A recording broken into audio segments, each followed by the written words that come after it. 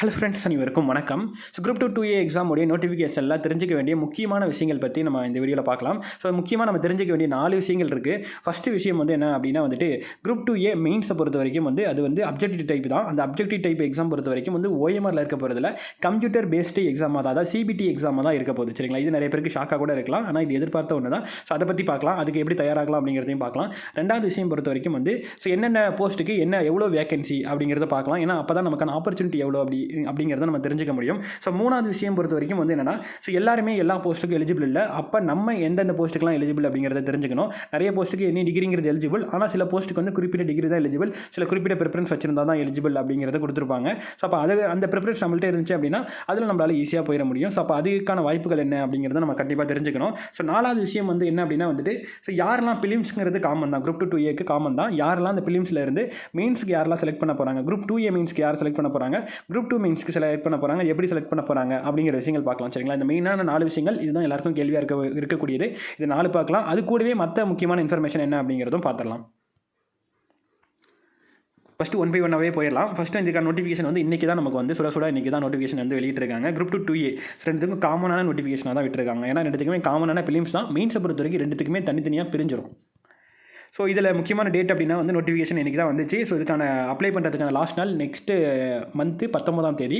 So நீங்கள் இந்த ஸ்டார்டிங்கில் அப்ளை பண்ண வேணாம், ஒரு 2-3 நாள் ஆகட்டும், ஒரு 1 வீக் கூட ஆகட்டும். அதுக்கப்புறமேட்டு ஒரு 1 வீக்குள்ளே செகண்ட் வீக், ஓகேங்களா? இதுக்கப்புறம் ஒரு 1 வீக் கழிச்சு இன்னொரு 1 வீக்குள்ளே அப்ளை பண்ணி முடிச்சிருங்க. அது பெஸ்ட்டாக இருக்கும். நெக்ஸ்ட் இதுக்கான டேட் ஆஃப் எக்ஸாமினேஷன் பொறுத்த வரைக்கும் எல்லாருக்குமே தெரியும் நினைக்கிற நேரத்துக்கு செப்டம்பர் 14ஆம் தேதி எக்ஸாமு. ஸோ டைம் பொறுத்த வரைக்கும் நமக்கு காலையில் எப்பயும் போல தான், காலையில் 9லேருந்து 12 வரைக்கும் எப்பயும் போல தான் நமக்கு இருக்க போகுது. நெக்ஸ்ட் டேட் ஆஃப் நமக்கு மெயின் எக்ஸாமினேஷன் பொறுத்த வரைக்கும் லேட்டராக அப்டேட் பண்ணுவோம் அப்படிங்கிறத சொல்லியிருக்காங்க. இப்போதைக்கு தெரியல, ஆனால் நம்ம கெஸ் பண்ணுற வரைக்கும் ஒரு 3லேருந்து 5 மாதம் 6 மாதத்துக்குள்ளே நமக்கு மெயின்ஸ் நடத்துவாங்க அப்படிங்கிறத எதிர்பார்க்கலாம். ஆனால் எப்படி நடத்துவாங்க, ஃபஸ்ட்டு குரூப் 2 மெயின்ஸ் நடத்துவாங்க, நெக்ஸ்ட் குரூப் 2 மெயின்ஸ் நடத்துவாங்களா, இல்லை எப்படி மாற்றி நடத்துவாங்களா, இல்லை ஒரே டைமில் பேரலாக நடத்துவாங்களா, இல்லை எப்படி நடத்த போகிறாங்க அப்படிங்கிறது தெரியல.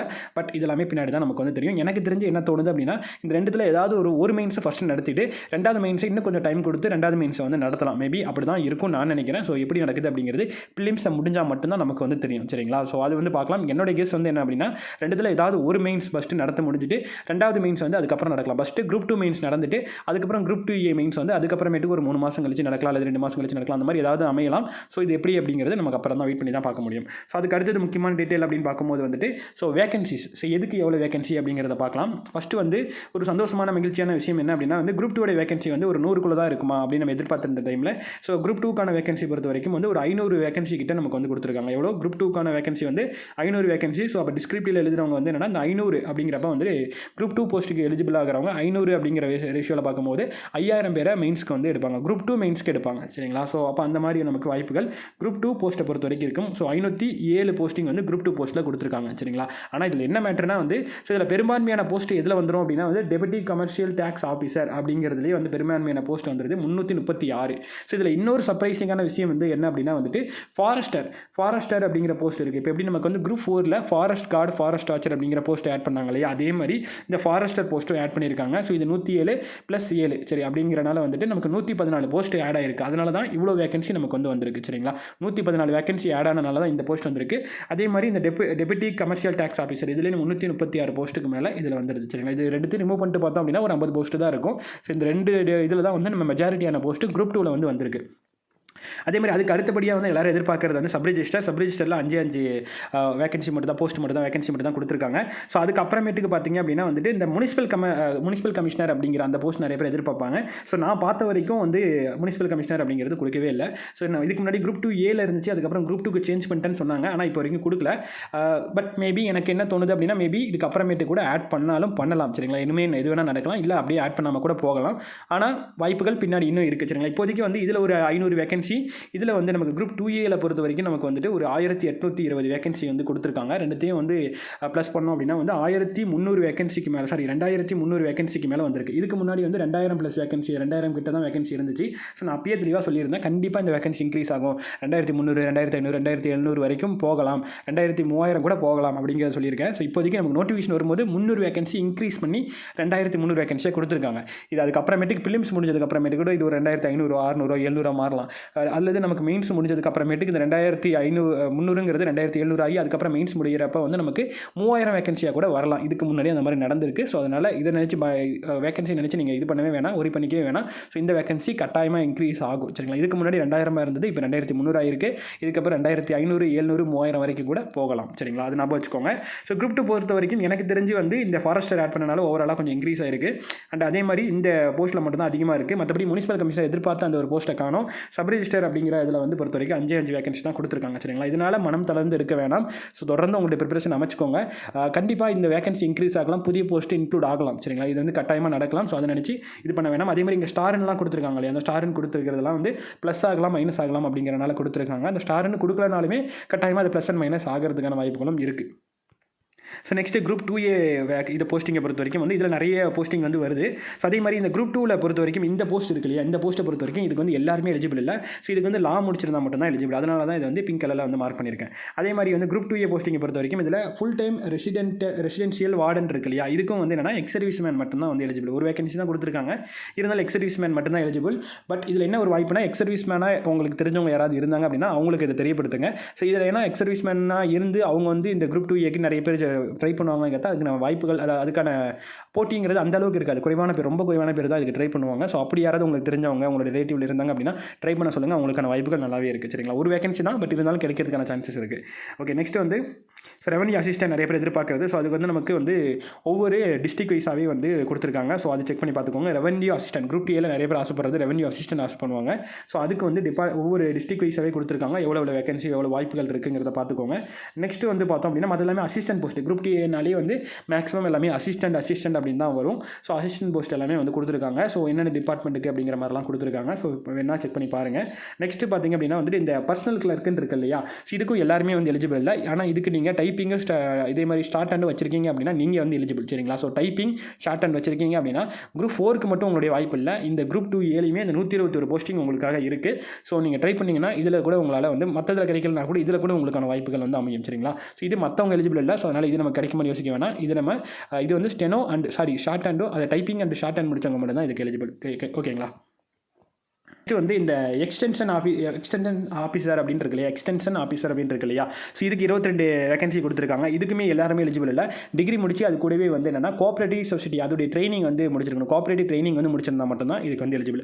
அப்படி நீங்கள் முடிச்சு அந்த சர்டிஃபிகேட் வச்சிருக்கீங்க. நிறைய பேர் அந்த மாதிரி வந்து இதுக்காக நான் ஒரு ஒன் இயர் அந்த ட்ரைனிங் போனேன் அப்படின்னு நிறைய பேர் சொல்லியிருந்தீங்க. ஸோ அந்த மாதிரி நீங்கள் இருக்கீங்கன்னா வந்து உங்களுக்கு இந்த 22 போஸ்டிங் வந்து இருக்குது. ஸோ அப்போ நார்மலாக இருக்கிறவங்களோட கொஞ்சம் கம்மியான கட் ஆஃப் இருந்தாலும் இந்த போஸ்டிங்லாச்சும் உங்களுக்கு கிடைக்கிறதுக்கான சான்சஸ் இருக்குது. சரிங்களா? இதெல்லாம் வாய்ப்புகள் தான். ஒருவேளை நீங்கள் இந்த இதுக்கு எலிஜிபிளாக இருந்தீங்க அப்படின்னா உங்களுக்கான வாய்ப்புகள் இன்னும் இன்க்ரீஸ் ஆகுது. இல்லை இதுக்கு எலிஜிபிளாக இருந்தீங்கன்னா உங்களுக்கான வாய்ப்புகள் இன்னுமே இன்க்ரீஸ் ஆகுது. சரிங்களா? ஸோ அதுக்காக தான் சொல்கிறது. நெக்ஸ்ட்டு மொத்தமாக பார்த்தீங்கன்னா 1820 போஸ்டிங் வந்து இப்போதைக்கு குரூப் 2Aல இருக்குது. கட்டாயமாக ஆல்ரெடி சொன்ன மாதிரி இன்க்ரீஸ் ஆகும். சரிங்களா? நெக்ஸ்ட் வந்து ஏஜ் லிமிட் பொறுத்த வரைக்கும் நீங்கள் கவலைப்படவே வேணாம். ஸோ அதர்ஸில் இருந்தீங்கன்னா மட்டும் ஏஜ் லிமிட்டை பற்றி கவலைப்படலாம். ஸோ மினிமம் வந்து 18 வயசு இருந்தாலே நீங்கள் எலிஜிபிள் தான். சில போஸ்ட்டுக்குலாம் 18ங்கிறது எலிஜிபிள் தானே. ஸோ அதனால் 18ங்கிறது எலிஜிபிள் தான். So BC, MBC, SC, ST இந்த மாதிரி நீங்கள் வேறு எந்த கேட்டகரியில் வந்தீங்க அப்படின்னாலுமே நோ மேக்ஸிமம் ஏஜ் லிமிட் தான். ஒரு சில போஸ்ட்டுக்கு ஏஜ் லிமிட் இருக்குது. மற்றபடி நீங்கள் அதர் கேட்டகரி, அதாவது ஜென்ரல் கேட்டகரி ஓசியில் வரீங்க அப்படின்னா மட்டும் ஸோ இந்த பேஜ் செக் பண்ணி பாருங்கள். ஸோ உங்களுக்கு வந்து ஏஜ் லிமிட் கொடுத்துருக்காங்க. ஸோ நீங்களே மினிமம் 18லேயே எழுதலாம். 21ங்கிறது மற்ற போஸ்ட்டுக்கு வந்து இருக்குது. ஸோ 18 வயசு இருந்தாலும் நீங்கள் எழுத ஆரம்பிக்கலாம். அதேமாதிரி மேக்ஸிமம் பொறுத்த வரைக்கும் வந்து ஒரு சில போஸ்ட்டுக்கு ஒவ்வொரு மாதிரி இருக்குது. 32, 34, 42 அந்த மாதிரி இருக்குது. ஸோ அது என்ன போஸ்ட்டுக்கு அப்படின்னு செக் பண்ணிக்கோங்க. அவரேஜாக 32க்குள்ளே இருக்கீங்கன்னா, ஜென்ரல் கேட்டகரியில் இருக்கீங்கன்னா நீங்கள் எல்லாத்துக்குமே எலிஜிபிள் தான். சரிங்களா? இதெல்லாமே ஜென்ரல் கேட்டகரி மட்டும்தான், நாட் ஃபார் அதர்ஸ். ஸோ அதர்ஸ்க்கு வந்து நமக்கு வந்து கீழே கொடுத்துருக்காங்க. ஸோ அதர்ஸ்க்கு அதாவது others means BC, MBC, BCM, SC, SCA, ST இது எல்லாத்துக்குமே எல்லாருக்குமே வந்து குரூப் 2க்கு என்ன ஏஜ் லிமிட், அதே மாதிரி குரூப் 2Aக்கு என்ன ஏஜ் லிமிட் கொடுத்துருக்காங்க. ஸோ மினிமம் 18 வயசாக இருந்தாலே நீங்கள் எலிஜிபிள் தான். மேக்ஸிமம் இந்த போஸ்ட்டுக்கு மட்டும் 37, 39, 37 இந்த மாதிரி கொடுத்துருக்காங்க. சரிங்களா? அது வந்து இந்த போஸ்ட்டுக்கு தான். மீதி இருக்கிற போஸ்ட்டெல்லாம் வந்து நோ மேக்ஸிமம் ஏஜ் லிமிட் தான்.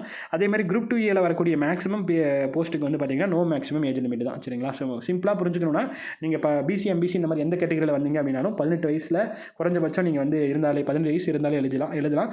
மேக்ஸிமம் 60 வயசு வரைக்கும் வந்து எழுதலாம். சரிங்களா? ஒரு சில போஸ்ட்டுக்கு மட்டும்தான் மினிமமாகவே இவ்வளோ ஏஜுக்கு மேலே இருக்கணும், மேக்ஸிமம் இந்த ஏஜுக்குள்ளே இருக்கணும் அப்படிங்கிறது ஒரு சில போஸ்ட்டுக்கு மட்டும் தான் கொடுத்துருக்காங்க. ஜென்ரல் கேட்டகரியாக இருந்தீங்க அப்படின்னா 32 வயசுக்குள்ளே இருந்தீங்க அப்படின்னா நீங்கள் வந்து எல்லாத்துக்குமே எலிஜிபிள் தான். இல்லை 34 இருக்கீங்க அந்த மாதிரி இருக்கீங்கன்னா ஒரு சில போஸ்ட்டுக்கு வந்து எலிஜிபிளாக இருக்கிற மாதிரி இருக்கீங்க. ஸோ அதுலேயே நமக்கு ரிலாக்ஸேஷன் அப்படிங்கிறதும் வந்து நமக்கு வந்து கொடுத்துருக்காங்க. ஸோ இதுவும் செக் பண்ணி பார்த்துக்கோங்க அந்த மாதிரி இந்த கேட்டகரியில் வந்தீங்கன்னா. நெக்ஸ்ட் முக்கியமான விஷயங்கள் பார்த்தோம் அப்படின்னா வந்துட்டு ஸோ இந்த குவாலிஃபிகேஷனும் ரொம்ப முக்கியமான விஷயம் தான். ஆனால் சிம்பிளாக புரிஞ்சுக்கணும் அப்படின்னா வந்து நீங்கள் ஏதாவது ஒரு டிகிரி, அது இன்ஜினியரிங்கோ ஆர்ட்ஸ் அண்ட் சயின்ஸோ ஏதாவது ஒரு டிகிரி முடிச்சிருக்கீங்க அப்படின்னாலே எலிஜிபிள் தான். சரிங்களா? ஸோ ஆனால் அதுக்கப்புறமேட்டு யாருக்கு அதிகப்படியான போஸ்டிங்ஸ் இருக்குது அப்படிங்கிறத பார்த்தோம் அப்படின்னா நீங்கள் வந்து இன்ஜினியரிங் படித்தவங்க கம்பேரிட்டிவ்லி பார்க்கும்போது கொஞ்சம் கம்மியான போஸ்டிங் இருக்குது. அதாவது நார்மலாக டிகிரி முடிச்ச எல்லாருமே டிகிரி முடிச்சிருந்தாலும் எல்லாத்துக்கும் எலிஜிபிள் தான். சரிங்களா? ஆர்ட்ஸ் அண்ட் சயின்ஸ் முடிச்சவங்களுக்கு எலிஜிபிள் இருக்கக்கூடிய ஒரு சில போஸ்ட் இருக்குது. அதேமாதிரி ஆர்ட்ஸ் அண்ட் சயின்ஸ் கூட எனி டிகிரி அப்படின்னு கொடுத்துட்டாங்கன்னா எல்லா இன்ஜினியரிங்கும் வந்து எழுதலாம். சரிங்களா? ஆர்ட்ஸ் அண்ட் சயின்ஸ்லேயே வந்துட்டு டிகிரி இன் ஆர்ட்ஸ் சயின்ஸ் அப்படின்னு கொடுத்துருக்காங்க. சில இடத்துல ஆர்ட்ஸ் சயின்ஸ் காமர்ஸ்னு கொடுத்துருக்காங்க. ஸோ இப்போ ஆர்ட்ஸ் அப்படிங்கிறப்ப வந்து பிஏ டிகிரி இருக்கு இல்லையா, பிஏ டிகிரியில் வந்தீங்கன்னா ஆர்ட்ஸில் வந்துடும்.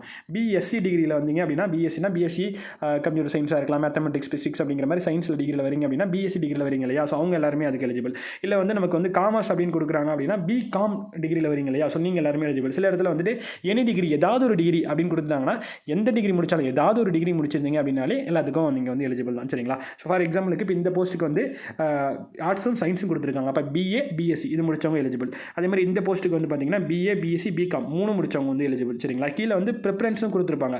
ப்ரிஃபரன்ஸை பார்த்து கன்ஃபியூஸ் ஆகிக்க வேணாம். ஒரே மார்க்கில் வராங்க அப்படின்னா இவங்களுக்கு ப்ரிஃபரன்ஸ் கொடுப்பாங்க அப்படிங்கிற மாதிரி. சரிங்களா? அதை பார்த்து கன்ஃபியூஸ் ஆகிக்க வேணாம். மேலே கொடுத்துருக்கிறது மட்டும்தான். அதே மாதிரி இந்த இதுக்கு பார்த்தீங்கன்னா ஆர்ட்ஸ் சயின்ஸ் காமர்ஸ் இதெல்லாமே எலிஜிபிள். இதில் பார்த்தீங்கன்னா இனி டிகிரி அவ்வளோதான். ஸோ அப்போ இதுக்கு இன்ஜினியரிங் எலிஜிபிள், மற்றபடி ஆர்ட்ஸ் சயின்ஸ் எல்லாருமே எலிஜிபிள் தான். அடுத்து கீழே பார்த்தீங்கன்னா இங்கே வந்து டிகிரி இதெல்லாமே வந்து எல்லாருமே வந்து எலிஜிபிள் தான். இதை பற்றி பிரச்சனை இல்லை. இது எல்லாத்துக்குமே வந்து இன்ஜினியரிங் ஸ்டூடெண்ட்ஸும் எல்லாத்துக்குமே வந்து எலிஜிபிள் தான். சரிங்களா? நெக்ஸ்ட் அதே மாதிரி இன்ஜினியரிங் ஸ்டூடெண்ட்ஸ் நிறைய பேர் வந்து எனக்கு வந்து கம்மியான போஸ்ட் தான் இருக்குது அப்படிலாம் நினைக்க வேணாம். இங்கே பார்த்தீங்கன்னா தெரியும் இந்த போஸ்ட்டுக்கு எல்லாத்துக்குமே நீங்கள் வந்து எலிஜிபிள் தான். சரிங்களா? ஸோ உங்களுக்கான போஸ்ட்டும் நிறையவே இருக்குது. ஒரு சில போஸ்ட்டுக்கு மட்டும் தான் இந்த மாதிரி பார்த்தீங்கன்னா ஆர்ட்ஸ் சயின்ஸ் பிஏ பிகாம் அதே மாதிரி பிஎஸ்சி இவங்க மட்டும் எலிஜிபிள் அப்படிங்கிறத கொடுத்துருக்காங்க. சரிங்களா? அதுக்கு கீழே பார்த்தீங்க அப்படின்னா இந்த போஸ்ட்டுக்குலாம் பார்த்தீங்கன்னா ஆல்ரெடி சொன்னோம் இல்லையா, இந்த வார்டன் அப்படிங்கிற போஸ்ட் எக்ஸர்வீஸ்மேனாக இருந்தால் மட்டும் தான் இதுக்கு வந்து எலிஜிபிள். சரிங்களா? ஓகே. ஸோ நெக்ஸ்ட் பார்த்தோம் அப்படின்னா வந்துட்டு ஸோ இந்த மாதிரி தான் ஒவ்வொன்றுத்துக்குமான எலிஜிபிள் அப்படிங்கிறது கொடுத்துருக்காங்க. ஸோ இந்த பிடிஎஃப் வந்து நம்மளுடைய டெலிகிராம் சேனல் அனுப்புகிறேன். டெலிகிராம் சேனலுக்கான லிங்க்கும் டிஸ்கிரிப்ஷனில் வைக்கிறேன். ஸோ இந்த பிடிஎஃப் எடுத்து ஒன்ஸ் வந்து நம்ம எதுக்கெல்லாம் எலிஜிபிள் அப்படிங்கிறத ஒன்ஸ் நோட் பண்ணி வைங்க. சரிங்களா? எந்தெந்த போஸ்ட்டுக்கெலாம் எலிஜிபிள், அப்போ அதுக்கு எவ்வளோ வேகன்சிலாம் இருக்குது, அப்போ நமக்கான வாய்ப்புகள் எந்த அளவுக்கு இருக்குது, இல்லை ஸ்பெஷல் கேட்டகரியில் ஏதாவது வரீங்க, வேறு ஏதாவது குறிப்பிட்ட டிகிரி முடிச்சிருக்கீங்க அதுக்கான வாய்ப்புகள் இருக்குது, அதுக்கு எவ்வளோ வேகன்சி இருக்குது, இது எல்லாத்தையும் நோட் பண்ணி வைங்க. இதை பொறுத்து உங்களுடைய அந்த வாய்ப்புகள் வந்து எவ்வளோ இருக்குது அப்படிங்கிறத நீங்கள் தெரிஞ்சுக்கலாம். சரிங்களா? ஏன்னா ஒவ்வொருத்தவங்களும் நீங்கள் வந்து இதை முடிச்சிருக்கீங்க என்ன இது வச்சிருக்கீங்க அப்படிங்கிறது உங்களுக்கு தான் தெரியும். சரிங்களா? ஸோ அதனால் நீங்கள் வந்து ஒவ்வொன்றா எடுத்து ஓப்பன் பண்ணி பாருங்கள். சரிங்களா? நம்ம எதுக்கெல்லாம் எலிஜிபிள் அப்படிங்கிறது நோட் பண்ணி வச்சு பாருங்கள். சரிங்களா? இப்போ நீங்கள் இன்ஜினியரிங் முடிச்சிருக்கீங்க அப்படின்னா டிகிரி ஏதாவது ஒரு டிகிரி முடிச்சிருந்தீங்க அந்த போஸ்ட்டுக்கெல்லாம் எலிஜிபிள். அப்போ மீதி இருக்கக்கூடிய பிசி பிஎஸ்சி பிகாம் அந்த மாதிரி ஆர்ட்ஸ் சயின்ஸ் காமர்ஸ் இது முடிச்சவங்க மட்டும் தான் எலிஜிபிள்ங்கிற சில போஸ்ட்லாம் இருக்கு இல்லையா, அதெல்லாம் ரிமூவ் பண்ணிட்டு மீதி இருக்கிறது மட்டும் எவ்வளோ அப்படிங்கிறத நோட் பண்ணுங்கள். சரிங்களா? ஸோ இந்த மாதிரி உங்களுடைய எலிஜிபிளுக்கு என்னென்ன போஸ்ட்லாம் வருது, எவ்வளோ வேகன்சி வருது அப்படிங்கிறத நோட் பண்ணி வச்சு பாருங்கள். ஏன்னா அப்படி பார்த்தீங்க அப்படின்னா நமக்கு ஓகே இதுக்கெல்லாம் எலிஜிபிள், இந்த அளவுக்கு நமக்கு காம்படிஷன் இருக்குது, இந்த அளவுக்கு நம்ம ட்ரை பண்ணணும், இந்த அளவுக்கு மார்க் எடுக்கணும் அப்படிங்கிற ஒரு அண்டர்ஸ்டாண்டிங்கே வந்துடலாம். சரிங்களா? இங்கே பார்த்தீங்கன்னா தெரியும் எல்லாமே டிகிரின்னு கொடுத்துருக்காங்க இல்லையா, இதெல்லாமே எல்லாருமே எலிஜிபிள் தான். ஸோ அதுக்காக தான் சொன்னேன் ஏதாவது ஒரு டிகிரி முடிச்சிங்கனாலே எலிஜிபிள். மற்றபடி இந்த மாதிரி ஸ்பெஷல் இதெல்லாம் கொடுத்துருக்காங்க இல்லையா, ஃபார் எக்ஸாம்பிளுக்கு டைப்பிங் முடிச்சிருக்கீங்க அல்லது இந்த குறிப்பிட்ட டிகிரிலாம் வச்சிருக்கீங்க அப்படின்னா வந்து அதுக்கெல்லாம் நீங்கள் பிகாம் பிஎஸ்சி பிஏ இவங்களாம் வந்து பார்த்தீங்கன்னா இன்னும் நிறைய போஸ்ட்டுக்கு எலிஜிபிள் வருவாங்க. ஸோ இதெல்லாம் வச்சிருக்கீங்கன்னா உங்களுக்கு எக்ஸ்ட்ரா வாய்ப்புகள் இருக்குது அந்த மாதிரி. நெக்ஸ்ட்டு பார்த்தீங்கன்னா இந்த போஸ்ட் சொன்னோம் இல்லையா எக்ஸ்டென்ஷன் ஆஃபீஸர் அப்படிங்கிறது, இதுக்கு வந்து டிகிரி கூடவே கோஆப்ரேட்டிவ் ட்ரைனிங் வந்து முடிச்சிருக்கணும். அதே மாதிரி ஆல்ரெடி சொன்னோம் இல்லையா, ஸோ இந்த போஸ்ட்டு பர்சனல் கிளர்க் அப்படிங்கிறது இதில் வந்து டிகிரி கூடவே டைப் ரைட்டிங்கும் ஷார்ட் ஹேண்டும் முடிச்சிருக்கணும். அவங்க மட்டும் தான் வந்து இதுக்கு எலிஜிபிள். சரிங்களா? ரைட். ஸோ அவ்வளோதான் நம்ம வந்து எலிஜிபிள் இது யார் அப்படிங்கிறதெல்லாம் பார்த்தாச்சு. நெக்ஸ்ட் வந்து பார்த்தோம் அப்படின்னா வந்துட்டு இந்த ஸ்டாண்டர்ட் விஷன், இந்த லாஸ்ட் குரூப் 1க்கே கேட்டிருந்தாங்க. இந்த ஸ்டாண்டர்ட் விஷன் இது வந்து மெயினாக எதுக்கு தேவைப்படுது அப்படின்னா இந்த ப்ரொபஷன் ஆஃபீஸருக்கும் ஃபாரஸ்டருக்கும் தேவைப்படுது. ஸோ இவங்க வந்து என்னென்னா ஸ்டாண்டர்ட் 1 அல்லது அதற்கு மேலே வந்து ஸ்டாண்டர்ட் 1ல் இருக்கும். சரிங்களா? ஸ்டாண்டர்ட் 1னா இருக்குது நல்ல பவர் அப்படிங்கிறது வந்து ஸ்டாண்டர்ட் 1. ஸோ அதுக்கப்புறம் அசிஸ்டன்ட் இன்ஸ்பெக்டர் பொறுத்த வரைக்கும் ஸ்டாண்டர்ட் 2 அண்ட் அதை விட பெட்டர். மற்றபடி எல்லா போஸ்ட்டுக்குமே ஸ்டாண்டர்ட் 3 அண்ட் அதை விட பெட்டராக இருந்தாலே போதுமானது. சரிங்களா? ஸோ இதை கன்ஃபியூஸ் பண்ணிக்க வேணாம். ஸ்டாண்டர்ட் 1னா ரொம்ப ஹையே, ஸ்டாண்டர்ட் 2னா அதுக்கு அடுத்தது, ஸ்டாண்டர்ட் 3னா அதுக்கும் அடுத்தது. சரிங்களா? ஸ்டாண்டர்ட் 3 மேக்ஸ் சில பேருக்கு வந்து என்னன்னா கண் பார்வை திறன் வந்து கொஞ்சம் கம்மியாக இருக்கும். ஸோ அப்படி இருக்கவங்க பார்த்தீங்க அப்படின்னா வந்துட்டு இந்த ஃபாரஸ்டருக்கும் ப்ரொபஷன் ஆஃபீஸருக்கும் ஆக முடியாது. சரிங்களா? ஸ்டாண்டர்ட் 1 லெவலில் இருந்தால் தான் எழுத முடியும் அவங்க.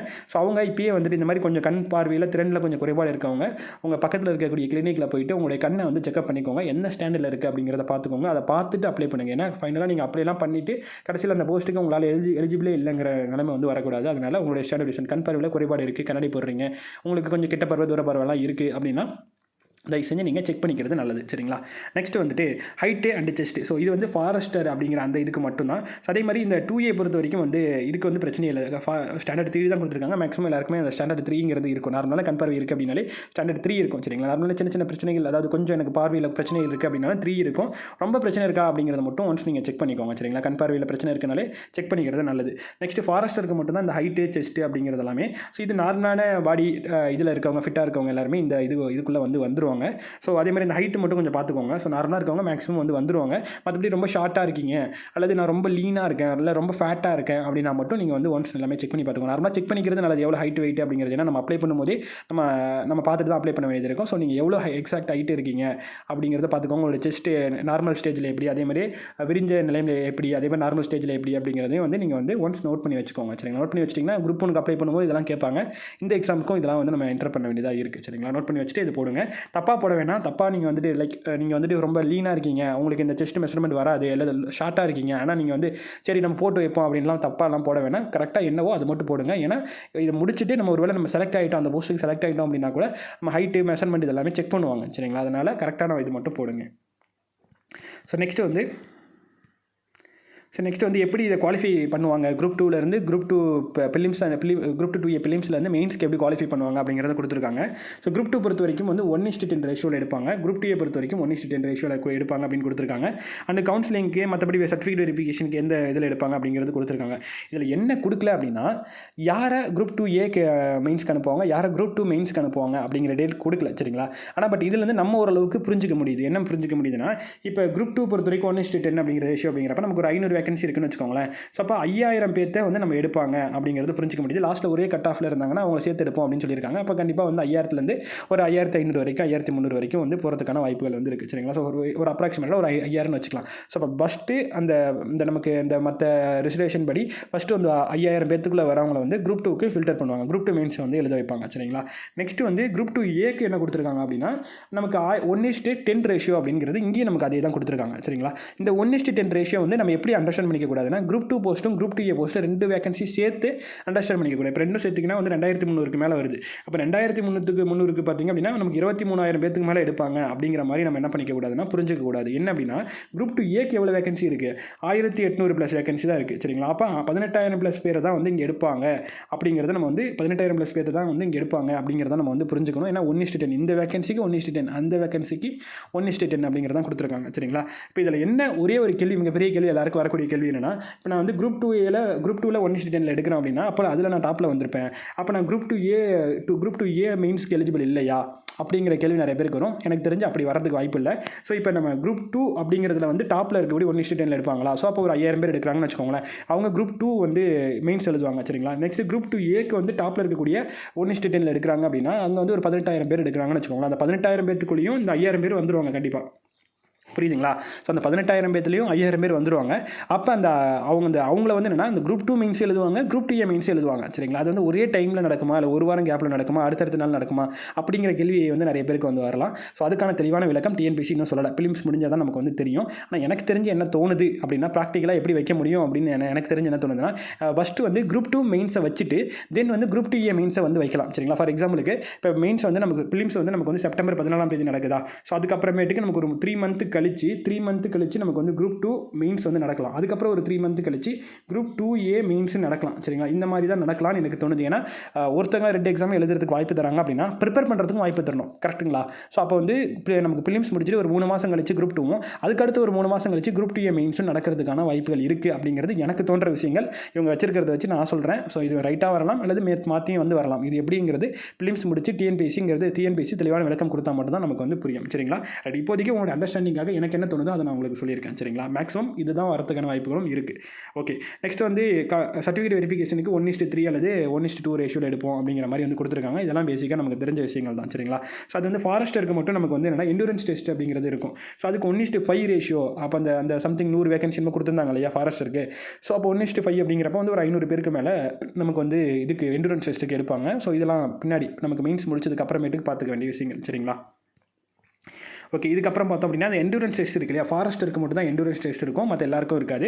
ஸோ இதை பொறுத்த வரைக்கும் வந்து என்ன எப்படி இருக்கும் அப்படின்னா, ஸோ வாக், அதாவது நடக்கிற மாதிரி இருக்கும் சரிங்களா. அதாவது மென்னுக்கு வந்து 25 கிலோமீட்டரும் உமனுக்கு வந்து 16 கிலோமீட்டரும் நடக்கிற மாதிரி இருக்கும். ஸோ இந்த ஃபாரஸ்டர் ஜாபை பற்றி நிறைய பேர் வந்து கம்மியாக இடம் போட்டுற வேணா, ஃபாரஸ்ட் கார்டு ஃபாரஸ்ட் வாட்சர் அப்படிங்கிற இது இருக்கு இல்லையா, ஸோ அது வந்து நமக்கு வந்து குரூப் 4 லெவலுக்கு இருக்கும் சரிங்களா. இந்த ஃபாரஸ்டர்ங்கிறது குரூப் 2 லெவலுக்கு இருக்கும், அதனால தான் மெயின்ஸில் வந்து வச்சிருக்காங்க. ஸோ இது வந்து கண்டிப்பாக வந்து ஒரு நல்ல ஜாப் தான் சரிங்களா. ஃபாரஸ்ட் டிபார்ட்மெண்ட் அப்படின்னு கொஞ்சம் கஷ்டமாக இருக்கும், ரொம்ப கொஞ்சம் அடிமட்டமான ஜாப் அப்படிலாம் நினைக்க வேணா. இது வந்து குரூப் 2 லெவலில் நல்ல ஒரு ஜாப் தான். ஃபாரஸ்டர் அப்படிங்கிறது நமக்கு வந்து ஒரு நல்ல ஒரு ஆஃபீஸர் கேடர் ஜாப் தான் சரிங்களா. ஸோ எதுக்கு எண்டூரன்ஸ் டெஸ்ட் எடுக்கிறாங்கன்னா, நம்ம ஃபாரஸ்ட்டுக்கு போயிட்டு அங்கே கொஞ்சம் செக் பண்ண வேண்டியது இருக்கும். அதே மாதிரி வந்து ஃபாரஸ்ட்டில் நமக்கு ஒன்று ஆஃபீஸ் இருக்கும் சரிங்களா. நம்ம ஃபாரஸ்ட்டுக்குள்ளே நம்ம வந்து இது மாதிரி நமக்கு ஒரு ஃபாரஸ்ட் கார்டு மாதிரி இருக்கிற மாதிரி இருக்கும் அப்படின்னு நினைக்க வேணாம். பட் ஆனால் அங்கே உள்ளே போய் செக் பண்ணுற மாதிரிலாம் இருக்கும். ஆனால் இது ஒரு ஆஃபீஸ் லெவல் ஆனால் ஒர்க்காக தான் ஃபாரஸ்டர் ஜாப் இருக்கும் சரிங்களா. ஒரு குரூப் 2 கேடர் தான், அதனால தைரியமாக நீங்கள் நம்பி இந்த போஸ்ட்டை வந்து சூஸ் பண்ணலாம் சரிங்களா. ஸோ அதனால் இதுக்கு எந்த ஒரு பயமும் பயப்பட தேவையில்லை. மற்றபடி நமக்கு வந்து என்ன சொல்கிறது, குரூப் 2 லெவலுக்கான ஒரு ஜாபாக தான் இருக்கும். நமக்கு ஃபாரஸ்ட் கார்டு அளவுக்கான கஷ்டமானது அந்த மாதிரி வந்து நமக்கு இருக்காது சரிங்களா. ஓகே, நெக்ஸ்ட் வந்து பிலிம்ஸ் பொறுத்த வரைக்கும் பார்த்தீங்கன்னா காமனான பிலிம்ஸ் தான் குரூப் 2 2Aக்கு. ஸோ இதில் வந்து பிலிம்ஸ் பொறுத்த வரைக்கும் எல்லாருக்கும் தெரிஞ்ச அதே தான். தமிழ் ஆர் இங்கிலீஷ் எது வேணால் நம்ம சூஸ் பண்ணலாம். அதுலேருந்து 100 கேள்வி, ஜென்ரல் ஸ்டடீஸில் 75, ஆப்டிடியூடில் 25 சரிங்களா. நிறைய பேர் இந்த ஒரு விஷயம் கேட்டிருந்தீங்க. இப்போ நமக்கு பிலிம்ஸ்லேயும் வந்து தமிழ் அல்லது இங்கிலீஷ் சூஸ் பண்ணுற மாதிரி இருக்குது, குரூப் 2A மெயின்ஸ்லேயும் வந்து தமிழ் அல்லது இங்கிலீஷ் சூஸ் பண்ணுற மாதிரி இருக்குது. இங்கே தமிழ் சூஸ் பண்ணிட்டு அங்கே இங்கிலீஷ் சூஸ் பண்ணலாமா, இங்கே இங்கிலீஷ் சூஸ் பண்ணிட்டு அங்கே தமிழ் சூஸ் பண்ணலாமான்னு கேட்குறீங்க. ஸோ எனக்கு தெரிஞ்சு அப்படி சூஸ் பண்ணலாம் அப்படிங்கிற மாதிரி தான் வரும்னு நினைக்கிறேன். ஏன்னா இப்போ நமக்கு நார்மலாக ஆல்ரெடி வந்துட்டு நமக்கு பிலிம்ஸ் மெயின்ஸ் எழுதும் போது பிலிம்ஸில் இங்கே தமிழ் சூஸ் பண்ணிவிட்டு மெயின்ஸில் வந்து இங்கிலீஷ் எழுதுறதுக்கான வாய்ப்பெலாம் தராங்க இல்லையா. ஸோ அப்படி இருக்கிறப்ப வந்துட்டு கண்டிப்பாக அப்படி தான் நமக்கு இங்கே ஒரு சப்ஜெக்ட் சூஸ் பண்ணிவிட்டு அங்கே ஒரு சப்ஜெக்ட் சூஸ் பண்ணுறதுக்கான வாய்ப்புகள் கட்டாயமாக தருவாங்க. அது இல்லாமல் நம்ம பிலிம்ஸ்க்கு ஒரு மாதிரி அப்ளை பண்ணுவோம், மெயின்ஸ்க்கு ஒரு மாதிரி அப்ளை பண்ணுவோம் சரிங்களா. ஸோ மெயின்ஸ்க்கு அப்ளை பண்ணும்போது தமிழ் அல்லது இங்கிலீஷ் அப்படிங்கிறது எதை சூஸ் பண்ணுறீங்கிற ஆப்ஷன் கண்டிப்பாக கொடுப்பாங்க. ஸோ அதனால் இங்கே நீங்கள் என்ன சப்ஜெக்ட் சூஸ் பண்ணுறீங்களோ அங்கே நீங்கள் மாற்றி கூட சூஸ் பண்ணலாம். இங்கே தமிழ் சூஸ் பண்ணிட்டு அங்கே இங்கிலீஷ் கூட மாற்றி சூஸ் பண்ணிக்கலாம் சரிங்களா. ரைட், இது வந்து பிலிம்ஸ் பொறுத்த வரைக்கும் எப்பயும் போல தான். ஸோ நெக்ஸ்ட் வந்து அதே மாதிரி இது வந்து OMR மெத்தடில் தான் இருக்க போது பிலிம்ஸ் பொறுத்த வரைக்கும், இதில் எந்த கவலையும் பட தேவையில்லை.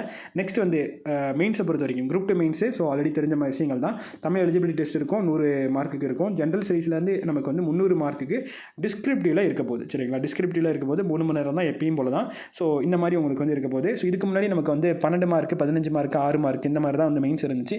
இந்த தடவை எப்படி வைக்கிறாங்க அப்படிங்கிறதெல்லாம் மேக்ஸிமம் அதே மாதிரியே வைக்கிறதுக்கான வாய்ப்புகளும் இருக்குது சரிங்களா. ஆனால் சிலபஸ்ங்கிறது இப்போ நியூ சிலபஸ்ங்கிறது கொடுத்துருக்காங்க. நெக்ஸ்ட் குரூப் 2A மெயின்ஸை பொறுத்த வரைக்கும் வந்து அதே தமிழ் எலிஜிபிலிட்டி பேப்பர் அப்படிங்கிறது குரூப் 2க்கும் குரூப் 2Aக்கும் ஒரே சிலபஸ் தான் மெயின், அது தமிழ் எலிஜிபிலிட்டி பேப்பர் பொறுத்த வரைக்கும் சரிங்களா. ஸோ இதில் செகண்ட் பேப்பர் அப்படிங்கிறது ரொம்ப இம்பார்ட்டன்ட். இதை பொறுத்து தான் நமக்கு வந்து ஃபைனல் மார்க் ரேங்க் இதெல்லாம் வந்து வரப்போகுது சரிங்களா. ஸோ இதில் பொறுத்த வரைக்கும் நமக்கு இது ஒன்று பேட்டர்ன் தெரியும். ஆல்ரெடி நமக்கு ஜென்ரல் ஸ்டடீஸில் இருந்து 100 கொஸ்டின்ஸ் வந்து இருக்க போது அது 150 மார்க்குக்கு இருக்கும். அதே மாதிரி நமக்கு வந்து ஜென்ரல் இன்டெலிஜென்ஸில் இருந்து நமக்கு வந்து 40 கொஸ்டின்ஸ், அது வந்து 60 மார்க்குக்கு இருக்கும். அதே மாதிரி வந்து ஜென்ரல் தமிழ் அல்லது இங்கிலீஷ் இங்கே நம்ம சூஸ் பண்ணிக்கலாம் சரிங்களா. 60 கொஸ்டின்ஸ், இது வந்து 90 மார்க்குக்கு இருக்கும் சரிங்களா. மார்க் மொத்தமாக 200 கொஸ்டின் 300 மார்க். நம்ம எப்படி பிலிம்ஸில் வந்து 200 கொஸ்டின் 300 மார்க் கன்வெர்ட் பண்ணுறோம் இல்லையா, அந்த மாதிரி தான். ஸோ மார்க்கை நம்ம கவலைப்பட வேணாம், அதை TNPSC கன்வெர்ட் பண்ணி போட்டுருவாங்க. நம்ம ஃபோக்கஸ் பண்ண வேண்டியது கொஸ்டின்ஸை மட்டும் ஃபோக்கஸ் பண்ணிக்கலாம். ஸோ நமக்கு ஜென்ரல் ஸ்டடீஸில் 100 கொஸ்டின், ஜென்ரல் இன்டெலிஜென்ஸ் ரீசனிங்கில் 40 கொஸ்டின்ஸ், தமிழ் அல்லது இங்கிலீஷில் வந்து 60 கொஸ்டின், 200 கொஸ்டின். ஸோ இங்கே தான் ஒரு பெரிய மேட்டரே இருக்குது. இது எல்லாமே அப்ஜெக்டிவ் தான், நமக்கு தெரிஞ்ச விஷயம் தான். ஆனால் கம்ப்யூட்டர் பேஸ்டு எக்ஸாம் சரிங்களா. இப்போ ரீசெண்டாக TNPSC நிறைய கம்மியான பேர் எழுதக்கூடிய எக்ஸாம்ஸ்லாம் இருக்கு இல்லையா, அது எல்லாமே கம்ப்யூட்டர் பேஸ்டு எக்ஸாம்ஸ்க்கு மாற்றிக்கிட்டே இருந்தாங்க. அதே மாதிரி பிலிம்ஸ் அண்ட் மெயின்ஸ் வர மாதிரி எக்ஸாமில் மெயின்ஸ் அப்ஜெக்ட் டைப்பில் எழுதக்கூடிய எக்ஸாம்ஸ்லாம் நிறைய எக்ஸாம்ஸ் வந்து நமக்கு கம்ப்யூட்டர் பேஸ்ட் எக்ஸாம்ஸை வச்சுட்டு இருந்தாங்க சரிங்களா. அப்பயே ஒரு விஷயம் எனக்கு தோணிட்டே இருந்துச்சு, சரி நம்மளுடைய 2A மெயின்ஸையும் வந்து அந்த மாதிரி பண்ணுவாங்களா அப்படிங்கிறது யோசிச்சிட்டே இருந்தேன். ஆனால் அதே மாதிரி தான் நமக்கு வந்து கொண்டு வந்திருக்காங்க. ஸோ இப்போ 2A மெயின்ஸும் வந்து என்னென்னா கம்ப்யூட்டர் பேஸ்டு எக்ஸாம் தான் சரிங்களா. ஸோ இப்போ OMR ப்ராக்டிஸ் அப்படின்னே ஃபோக்கஸ் பண்ணிட்டு இருக்கிற நிலமையில் OMR ப்ராக்டிஸும் வேணும், கம்ப்யூட்டர் பேஸ்டு டெஸ்ட்டாகவும் அதுக்கும் நீங்கள் ப்ராக்டிஸ் பண்ண வேண்டியது இருக்கும் சரிங்களா. ஸோ ஆனால் இதை நினச்சி நீங்கள் கவலைப்பட வேணாம். என்ன பண்ணலாம் அப்படின்னா வந்துட்டு ஈஸியாக தான் இருக்கும். இப்போ நார்மலாக நம்ம வந்து ஒரு OMRல டெஸ்ட் எழுதுறதே கம்ப்யூட்டர் பேஸ்ட் எக்ஸாம் எழுதும்போது டைம்ங்கிறது நமக்கு ரொம்ப சேவ் ஓகேங்களா. ஏன்னா வந்து நம்ம ஷேட் பண்ணுறோம், அந்த ஷேட் பண்ணுற டைம்லாம் குறைஞ்சபட்சம் ஒரு 30லேருந்து 40 நிமிஷம் வந்து நம்ம ஷேட் பண்ணுறதுக்கு எடுத்துப்போம் ஒரு 200 கொஸ்டின்ஸ்க்கு. அந்த டைம்லாம் இங்கே வந்து குறையும். அதே மாதிரி இங்கே கொஸ்டினை பார்த்துட்டு OMR பார்த்துட்டு அங்கே பார்த்து இங்கே பார்த்து யோசிச்சு மாற்றி ஷேட் பண்ணுவோம் சில பேர்லாம். அதே மாதிரி கால்குலேஷன் நிறைய பேர் தப்பெல்லாம் பண்ணிட்டு இருப்பாங்க. அதெல்லாம் இங்கே வந்து நிவர்த்தி ஆகுது. மாற்றி ஷேட் பண்ணிங்க, அதை இங்கே வந்து கம்ப்யூட்டர் பேஸ்ட் எக்ஸாமில் நீங்கள் மாற்றி டிக் பண்ணிட்டீங்க, மாற்றி கிளிக் பண்ணிட்டீங்க அப்படின்னா கூட உங்களுக்கு எக்ஸாம் முடிகிற வரைக்கும் வாய்ப்புகள் இருக்குது. நீங்கள் அதுக்கப்புறமேட்டு கூட வந்துட்டு என்ன பண்ணிக்கலாம்னா மாற்றிக்கலாம், ஆப்ஷன்ஸாக மாற்றிக்கலாம் சரிங்களா. ஈஸியாகவே இருக்கும், டைம் சேவ், அண்ட் நீங்கள் கடைசி வரைக்கும் நீங்கள் வந்து மாற்றிக்கலாம். அதே மாதிரி எரர் வந்து அதிகமாக இருக்க தப்பாக மாற்றி ஷேட் பண்ணிட்டேன் அப்படிங்கிறதெல்லாம் வந்து அங்கே இருக்க போகிறதில்ல சரிங்களா. ஸோ இதுக்கான ப்ராக்டிஸ் வேணும் அப்படின்னா இப்போ ஏதாவது கம்ப்யூட்டர் பேஸ்ட் எக்ஸாம்ஸ்க்கு உங்களுக்கு எலிஜிபிள் இருக்கக்கூடிய ஏதாவது எக்ஸாம் நடத்துகிறாங்க, டிஎன்பிஎஸ்சியோ இல்லை எஸ்எஸ்சிலையோ ஏதாவது நடத்துகிறாங்கன்னா அதை வந்து எழுதி பாருங்கள். ஒரே ஒரு எக்ஸாம் வச்சு எழுதி பாருங்கள். மேபி அந்த ப்ராக்டிஸ் இது வரைக்கும் நீங்கள் எழுதவே இல்லை, இது வரைக்கும் கம்ப்யூட்டர் பேஸ்ட் எக்ஸாமே எழுதலைன்னா ஒரு எக்ஸாம் வச்சு இந்த எஸ்எஸ்சிலையோ ஆர்ஆர்பிலையோ இல்லை டிஎன்பிஎஸ்சிலையோ கூட சில இதெல்லாம் கம்ப்யூட்டர் பேஸ்ட் எக்ஸாம் நடத்துகிறாங்க. ஸோ அதாவது அது ஏதாவது பார்த்தீங்க அப்படின்னா அதில் வந்து ஒரே ஒரு டைம் ஆச்சு போய் அந்த சென்டருக்கு போய் எழுதி பாருங்கள். ஸோ அந்த எப்படி இருக்குது அப்படிங்கிற அந்த ஒரு இது வந்து உங்களுக்கு வந்து அண்டர்ஸ்டாண்ட் ஆயிடும். சரிங்களா? இல்லை அப்படின்னாலுமே இப்போ நம்மளுடைய ஆப் இருக்கு இல்லையா, சந்தோஷ் மணி அகாடமிங்கிற ஆப். ஸோ அதுலேயுமே வந்து டெஸ்ட் எல்லாமே ஆன்லைன் பேஸ்ட் எக்ஸாம்ஸ் எல்லாமே வந்து இருக்குது. ஸோ அதை கூட ட்ரை பண்ணி பாருங்கள். அதில் ஃப்ரீ டெஸ்ட் கூட நம்ம வந்து கொடுத்துருக்கோம், அதை செக் பண்ணி பாருங்கள். இல்லைனா கூட நான் வந்து கொஞ்சம் இந்த எக்ஸாம்ஸ்க்கு ஏற்ற மாதிரி வந்து ஒரு ஒரிஜினல் ஃப்ரீ மார்க் டெஸ்ட்டு கூட நான் வந்துட்டு ஒரு 2-3 டெஸ்ட் வந்து நான் வந்து அப்டேட் பண்ணி வைக்கிறேன். ஸோ அதை கூட ப்ராக்டிஸ் பண்ணி பாருங்கள். சரிங்களா? நம்ம ஆப்பில் ஆல்ரெடி இந்த ஃபார்மேட் இதுக்கு ஏற்ற மாதிரியான ஒரு ஃபார்மேட்டில் தான் நம்ம ஆன்லைன் டெஸ்ட் எல்லாமே இருக்குது, நம்ம ஆப்லேயே இருக்குது. சரிங்களா? அதை கூட ட்ரை பண்ணி பாருங்கள். ஸோ அது வந்து என்னென்னா மொபைலில் ட்ரை பண்ணுங்கள், தப்பு இல்லை. பட் ஆனால் ஒரு லேப்டாப்போ ஒரு மானிட்டர்லையோ நீங்கள் வந்து ட்ரை பண்ணி பாருங்கள். அந்த மெத்தடில் அந்த டைமிங்கில் அந்த வியூ பாயிண்ட்டில் ட்ரை பண்ணிங்க அப்படின்னா இன்னுமே பெஸ்ட்டாக இருக்கும். சரிங்களா? ஸோ அதுக்கு கொஞ்சம் ப்ராக்டிஸ் பண்ணிக்கிறது பெட்ரு. ஸோ இப்போ இனிமேல் இல்லை, நீங்கள் வந்து அப்ஜெக்டிவ் தான் அதே தான் இதுக்கு முன்னாடி ஓஎம்ஆரில் எழுதுனீங்க, இப்போ கம்ப்யூட்டர் பேஸ்ட் எக்ஸாமாக மெயின்ஸில் இருக்க போகுது. சரிங்களா? ஸோ அப்போ ரெண்டுத்துக்கும் ப்ராக்டிஸ் பண்ணி ஆகணும். ஓஎம்ஆருக்கும் ப்ராக்டிஸ் பண்ணி ஆகணும், ஆன்லைன் பேஸ்ட் எக்ஸாம்ஸ்க்கு நம்ம ப்ராக்டிஸ் பண்ணி ஆகணும். ஸோ நம்ம டெஸ்ட் பேட்ச் கூட வந்து டெய்லி டெஸ்ட்டு ஆன்லைன் டெஸ்ட்டாக கொடுத்துருக்கோம், அதே மாதிரி வீக்லி டெஸ்ட் வந்து நம்ம பிடிஎஃப் டெஸ்ட்டாக கொடுத்துருக்கோம், ஓஎம்ஆர் டெஸ்ட்டாக கொடுத்துருக்கோம். ஸோ அந்த மாதிரி எழுதி ப்ராக்டிஸ் பண்ணி வரவங்களுக்கு இது ரெண்டுமே கொஞ்சம் ஈஸியாக தான் இருக்கும். சரிங்களா? ரைட். ஸோ நெக்ஸ்ட்டு வந்து ஸோ அவ்வளோதான், ரொம்ப முக்கியமான விஷயங்கள் எல்லாமே பார்த்தாச்சு. ஸோ நம்ம என்னென்ன பார்த்துருப்போம் அப்படிங்கிறது ஒரு கிளான்ஸ் வந்து பார்த்தலாம். ஃபஸ்ட்டு வந்து இதில் நம்ம தெரிஞ்சிக்க வேண்டியது என்ன அப்படின்னா வந்து நமக்கு குரூப் 2A மெயின்ஸை பொறுத்த வரைக்கும் நமக்கு கம்ப்யூட்டர் பேஸ்ட் எக்ஸாமாக இருக்க போகுது. சரிங்களா? இது ஒரு முக்கியமான டிஃப்ரெண்டான விஷயம். ரெண்டாவது வந்து பார்த்திங்க அப்படின்னா வந்துட்டு ஸோ இந்த எக்ஸாம்ஸில் வந்து பொறுத்த வரைக்கும் நமக்கு வந்துட்டு ஃபாரஸ்டர் அப்படிங்கிற போஸ்ட் வந்து நமக்கு இன்க்ளூட் பண்ணியிருக்காங்க. ஸோ இது வந்து நம்ம தெரிஞ்சுக்கோங்க. இதுக்கு வந்து அந்த ஃபாரஸ்டருக்கு யார் எலிஜிபிள் அப்படிங்கிறது ஒரு விஷயம் வந்து நிறைய பேர் வந்து கேட்பீங்க. ஃபாரஸ்டருக்கு யார் எலிஜிபிள் அப்படின்னு பார்த்தீங்கன்னா, ஸோ நீங்கள் பேச்சுலர் டிகிரி வந்து சயின்ஸ்லேயோ அல்லது இன்ஜினியரிங்கில் சயின்ஸ் நீங்கள் படிச்சிருக்கீங்க அப்படின்னாலே எலிஜிபிள் தான். பிஎஸ்சியில் படிச்சிருக்கீங்க, பிஎஸ்சியில் நீங்கள் சயின்ஸ் டிகிரி படிச்சிருக்கீங்க, பிஎஸ்சி மேக்ஸோ பாட்னி ஜுவாலஜி இந்த மாதிரி எந்த டிகிரி நீங்கள் படிச்சிருந்தீங்க அப்படின்னாலுமே எலிஜிபிள் தான். இல்லைனா இன்ஜினியரிங்கில் இந்த சப்ஜெக்ட் ஏதாவது படிச்சிருக்கீங்க அப்படின்னா எலிஜிபிள் தான். சரிங்களா? ஸோ இந்த சப்ஜெக்ட் எல்லாருக்கும் வந்து வராது. ஸோ சில பேருக்கு வந்துட்டு வரலாம். சரிங்களா? ஃபார் எக்ஸாம்பிளுக்கு இன்ஜினியரிங்கில் சில பேர் அக்ரிலாம் படிச்சிருப்பாங்க, ஃபாரஸ்ட்ரி, என்வாயன்மெண்ட் சயின்ஸ் இந்த மாதிரி. இன்ஜினியரிங்கில் இந்த சப்ஜெக்ட்ஸ் ஏதாவது பண்ணியிருக்கீங்க அப்படின்னா வந்து எலிஜிபிள். இல்லைனா மற்றபடி பிஎஸ்சி படிச்சிங்கனாலே எலிஜிபிள் தான். ஏன்னா பிஎஸ்சி படிச்சிங்கனாலே இந்த இதை ஏதாவது ஒன்று நீங்கள் வந்து கண்டிப்பாக படிச்சிருவீங்க. ஸோ அதனால் வந்துட்டு நீங்கள் எல்லாருமே எலிஜிபிள் தான். சரிங்களா? ஃபாரஸ்டர் பொறுத்த வரைக்கும் கண்டிப்பாக பிஎஸ்சி படித்தவங்க எலிஜிபிள், அதேமாதிரி இன்ஜினியரிங்கில் இந்த சப்ஜெக்ட்டை படித்தவங்க மட்டும் எலிஜிபிள். அது மட்டும் நம்ம வச்சுக்கோங்க. சரிங்களா? ஸோ இந்த ஃபாரஸ்டர் அப்படிங்கிற ஜாப் வந்து இன்க்ளூட் பண்ணியிருக்காங்க. அதே மாதிரி நமக்கு ஷார்ட் ஹேண்டும் டைப்பிங்கும் முடிச்சவங்களுக்கான போஸ்டிங் வந்து இருக்குது, அது பார்த்துக்கோங்க. பிஎல் முடிச்சவங்களுக்கான இந்த போஸ்ட் பொறுத்த வரைக்கும் பிஎல் முடிச்சிருந்தால் மட்டும் தான் எலிஜிபிள். எக்ஸ் சர்வீஸ் மேனுக்கான போஸ்ட் இருக்குது. அதே மாதிரி எனி டிகிரி அப்படிங்கிறது சில போஸ்ட்டு நிறைய இருக்குது.